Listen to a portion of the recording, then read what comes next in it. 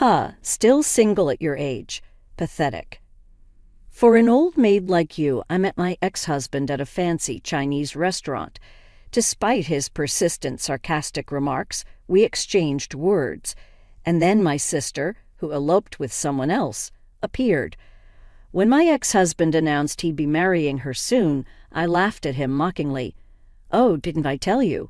Feeling on top of the world. My ex-husband was caught off guard when I made a shut-talking confession. My name is Michelle Smith. I'm a 39-year-old housewife. I've been married to my husband, Mike, who works in the transportation business, for about 2 years. We met at work, where I was previously an office clerk. Took a liking to Mike's lively and cheerful demeanor and made the first move on him. I found his easygoing and manly charisma very appealing. It was love at first sight.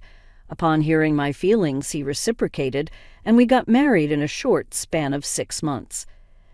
I thought he was a kind and pleasant person while we were dating. However, after our marriage, he turned into someone else entirely. It became routine for him to shower me with abusive words, and there were times when his actions made me feel like I wasn't even treated as a human being. I never imagined married life would be so tough and painful. Every day became gloomy, and I gradually started to fear. Mike is a truck driver, but his job is specifically as a light truck delivery driver. I wish he'd been a long-haul driver so he would have been away from home more often, giving me some breathing space. As a light truck driver, his job entails delivering many loads to various places in a single day, so he usually comes home in the evening. Early in our marriage, I had expressed my desire to work. I think I want to contribute to our finances. If both of us work, we can save more, and it'll be useful if we have kids. The moment. I said that Mike slammed his beer glass onto the table and started berating me. You saying my earnings aren't enough, huh? I never intended to imply that, probably because he was drunk and overreacting.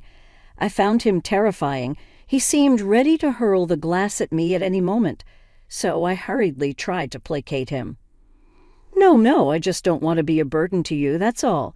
You're probably looking down on me inside. Who do you think allows us to live this comfortably? Even if you work, you wouldn't earn much. Don't act all high and mighty. I realized after marrying him that Mike has extreme paranoia and wild mood swings. I never saw this side of him when we dated, so it was unexpected. Could I really spend the rest of my life with someone like this? The thought intensified my anxiety, but another incident fanned the flames of my worries. I'm truly happy Michelle married into our family, my sister Catherine exclaimed. Mike rarely brought girlfriends home, so I was worried he'd never marry. This happened during a Thanksgiving gathering at my in-laws' house. They are genuinely kind people who dote on me a lot. When we got married, they were over the moon, as if they had gained a daughter. I got along well with my mother-in-law, and my father-in-law was also very kind to me. One of the few consolations in my suffocating married life was dining out with my in-laws. However, in front of them, Mike began making a mockery of me. That turning point was during a family reunion. Must be nice, huh, having a beauty like Michelle? My husband turned the tables and decided to poke fun at me. What are you talking about, Uncle? Michelle looks so childlike, hardly womanly. Your wife looks way more elegant and mature. I was left speechless by this unexpected comment and revelation. The male relative said, "Come on, cut it out," but everyone seemed to find it hilarious. The only ones who looked concerned were my in-laws.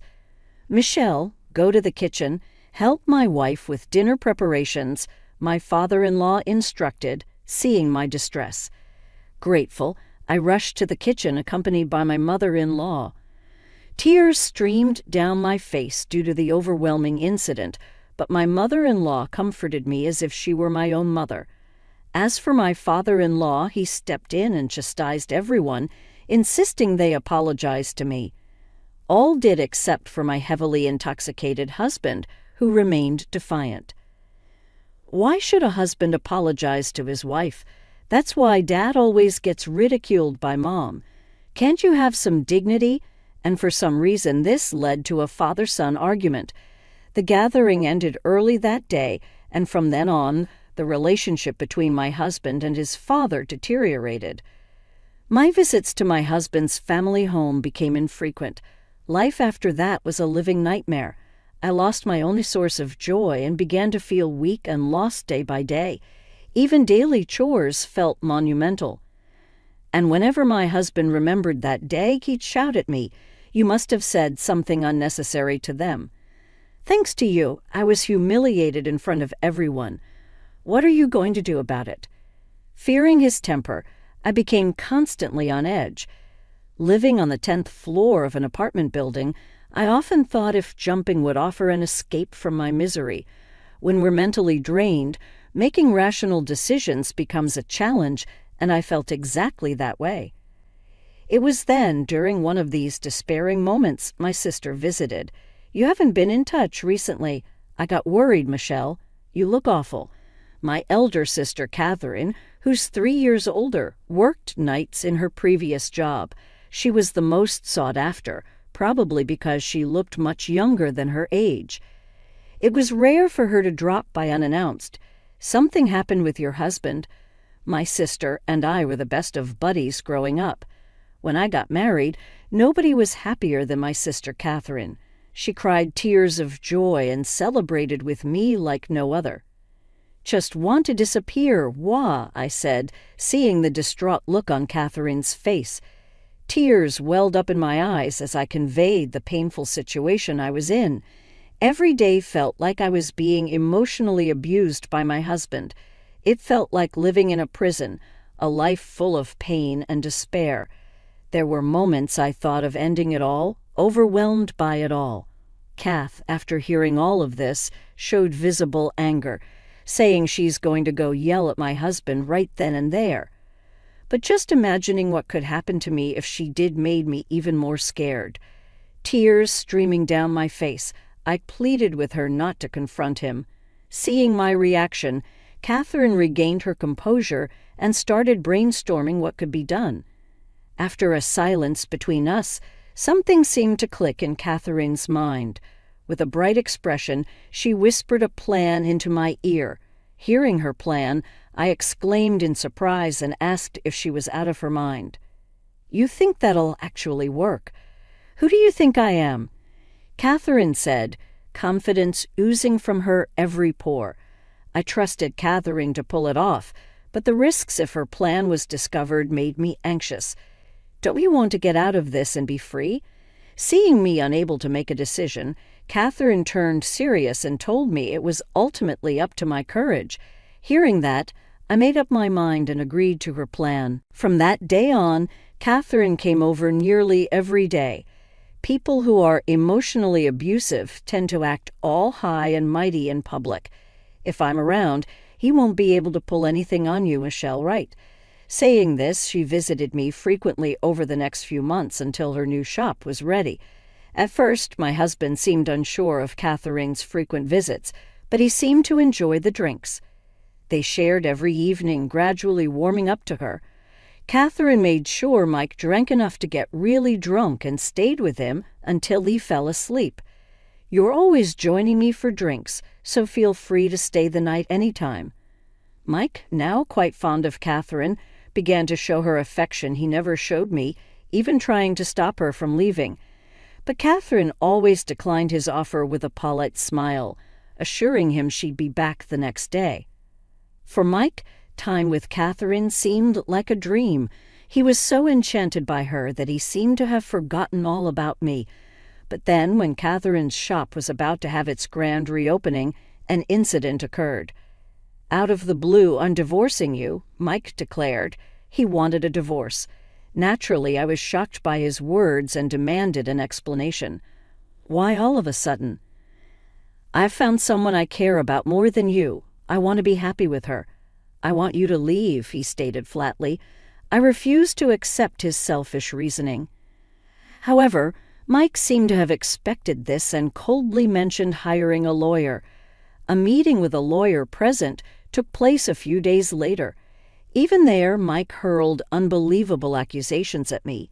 "You just want money, right? Do you want the property? I'll give whatever you ask. So let's end this."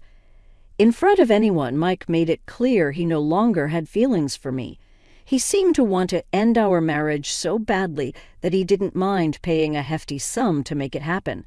The lawyer, probably feeling uncomfortable, showed me the average amounts for such cases. "You really don't have much affection for me, do you?" I could tell where your heart was easily, figuring out who you're thinking of and who you wish to spend your life with, I thought to myself, lowering my head, realizing resisting was futile. I accepted the divorce terms. "Fine, but I demand the division of the property," I insisted. "He probably thinks he can just earn it back." Mike, oblivious and elated at the thought of a smooth divorce, yet watching him, I let out a mysterious smirk without him catching on. The divorce proceedings went underway. However, while I may have accepted it, it was Mike's parents who firmly opposed it. Later, when we went to inform his parents, they shouted at Mike and spoke in my defense. "What on earth are you thinking?" "Exactly. Michelle has been so dedicated to this family, and you talk about divorce and having someone else. You can't be serious." His mother, Tay, tried to convince Mike, while his father, with a flushed face, was visibly angered and scolded him. But their words seemed to be just noise to him. Annoyed, he dismissively responded, "It doesn't matter if you accept it or not. She's already agreed to it.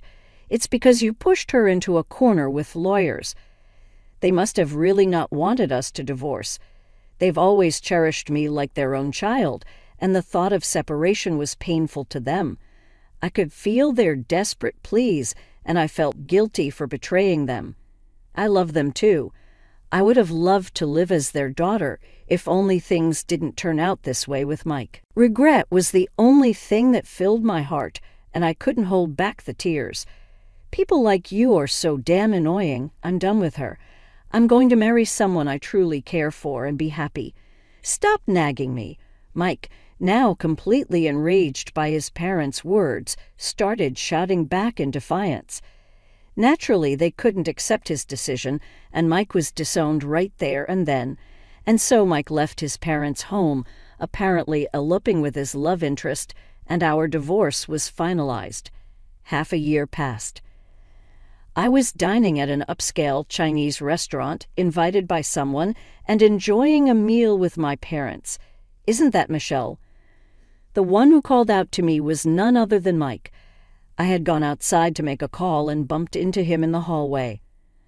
"Long time no see," I remarked. His condescending tone hadn't changed. My face must have shown my disgust. "What's with that face? If you've got something to say, spit it out," he challenged, still looking down at me with cold eyes. I held back my anger and turned my face away. "Acting all high and mighty when you can't even stand up for yourself. Did you manage to find a boyfriend after our split?" Mike sneered at me, mocking my demeanor. I knew this side of him only after our marriage, and I regret not realizing it sooner. "It doesn't concern you anymore," I replied without even confirming if I was in a relationship. Mike, with his usual sly grin, kept on taunting me. "Really? Still single? Pretty pathetic for an old hag." Mike peered into my face with an expression that screamed he felt he'd won at life, even more so than before our split. I was about to give him a piece of my mind when, "Oh, Michelle, Mike didn't expect to see you two here." My sister Catherine walked into the store, calling out to both of us. "Catherine, perfect timing. I was just about to share some news with Michelle here," Mike said, the smug look on his face almost disgusting as he snaked an arm around Catherine, drawing her close. I just stood there, not letting his actions fluster me, my gaze icy cold as I watched the scene unfold. "I thought I'd tell her first that we're going to get married," he bragged, pulling Catherine even closer. I had always suspected that his feelings for Catherine were the real reason he wanted a divorce. But looking at them now with emotionless eyes, Mike, still not realizing the gravity of the situation, shot me a smug grin. "Sorry, I guess I mean I'm going to be living the dream with her. But hey, you're not too bad looking, maybe with a bit of effort."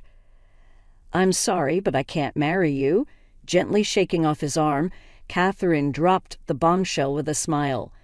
His face was a picture of shock, unable to comprehend her statement. "The truth is, I never had any feelings for you." "Wait, what? What are you saying? Didn't she tell you?" I couldn't resist, my voice dripping with mock confusion as I savored every moment of his confusion. "What do you mean? She didn't tell me the whole thing," Mike babbled on, refusing to believe my words. "It was all a plot Catherine and I hatched to make sure we divorced," I explained as I walked over to join my sister. We exchanged amused smiles. Even witnessing this, Mike couldn't fathom what was going on. Was this all just a play? "Thanks to Catherine here, I got quite the alimony from you. Really grateful for that," I said. Rejecting his initial proposal for divorce was all part of a plan to get as much property as possible from him. It was all Catherine's idea. I was eager to divorce but didn't want to raise suspicion. That's why I played along. No way. Catherine would never say that. Why not? Struggling to come to terms with the truth, Mike refused to believe my words. Catherine responded to Mike's comment, her brows furrowed in feigned concern. She said she's going to marry me. "Well, if you took my sales pitch so seriously, I was just doing my job entertaining a client," Catherine responded mockingly with a derisive laugh. Completely fooled by her theatrical performance, Mike displayed his anger and raised his voice. "All those words about wanting to be with me, asking me to divorce Michelle, were all lies. Who in their right mind would want to be with someone like you, an emotionally abusive husband?" The sharp words of my sister infuriated my ex-husband, who began breathing heavily in agitation. While cautiously watching out for any signs that my ex-husband might become physically aggressive, I discreetly reached for my phone. It was hard keeping up the charade for half a year, but thankfully you're simple-minded. It wasn't like I could just stay married to you. In truth, my sister was already married when I was with my ex-husband. She has a husband who works as a bodyguard. To ensnare my ex-husband, my sister persuaded him by saying she was also going to get a divorce. From the perspective of my ex, who had never been popular in his life, the fact that someone was chasing after him so much was a delightful feeling. At the same time, he reveled in the superiority of being able to take someone away from another. Essentially, he fell right into my sister's trap. "So, about you taking time to get that divorce, that was obviously a lie. As you can see, my marriage is perfectly fine." At that moment, a man emerged from behind, walking towards us with a smile. "Pleasure to meet you. Seems like my wife has been causing you some trouble. You can't be serious. This is my husband." I invited him today to introduce him to you. My sister, with her radiant smile, made a point to show off by linking arms with my brother-in-law, exuding happiness.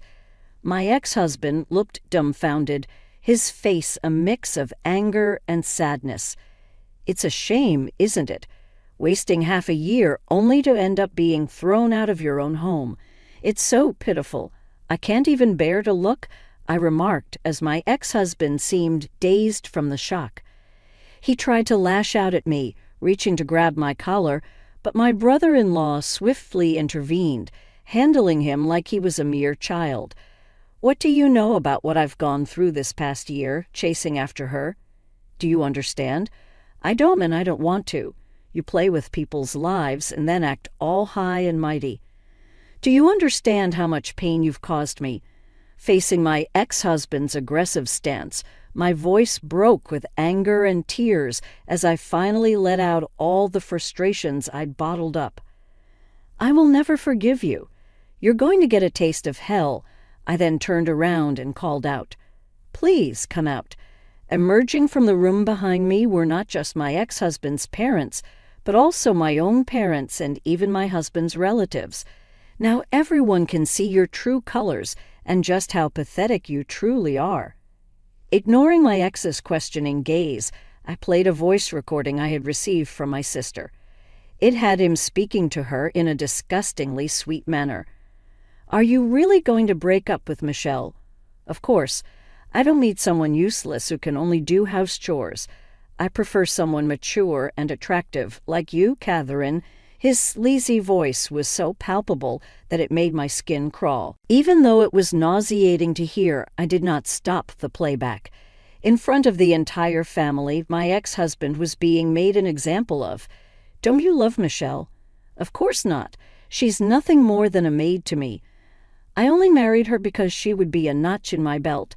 No emotional connection there," he declared. Everyone was visibly repulsed by his comments. He started to create a scene, demanding the recording be turned off, but my burly brother-in-law wasn't having it. He restrained him effortlessly, ensuring he couldn't interfere.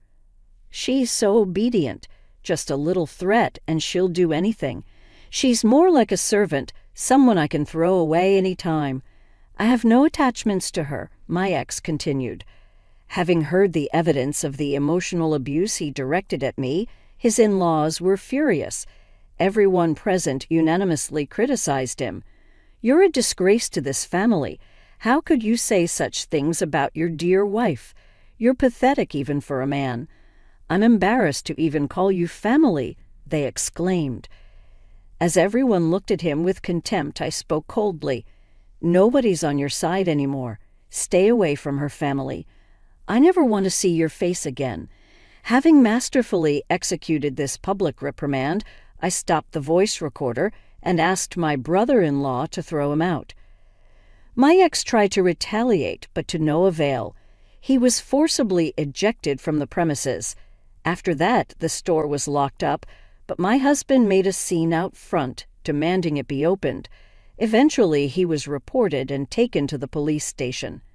My sister and I, having exposed my husband's wrongdoings, gave each other a high five and shared our joy of having achieved our revenge. It felt like a celebration as we ordered food at the restaurant, and everyone showed sympathy for the hardships I had endured. Reserving the whole place was the right call. Everyone could relax and enjoy without feeling restrained, said my sister Catherine, who had arranged it. I expressed my gratitude to Catherine for helping me out of my shell, and I savored a meal with her for the first time in a while. And so I got my revenge on my ex-husband. After that, it seemed like he was almost stalking Catherine, got reported to the police again, and apparently my brother-in-law Mike gave him a taste of his own medicine. After that, he was too scared to show his face around my brother-in-law. 13 years have passed since, and now I'm handling the accounting at Catherine's store. I'm still in touch with my ex-in-laws and occasionally dine with them. I'm deeply grateful to Catherine for helping me out of my shell. I'll repay this favor someday. With that thought, today I'm going to work hard alongside Catherine.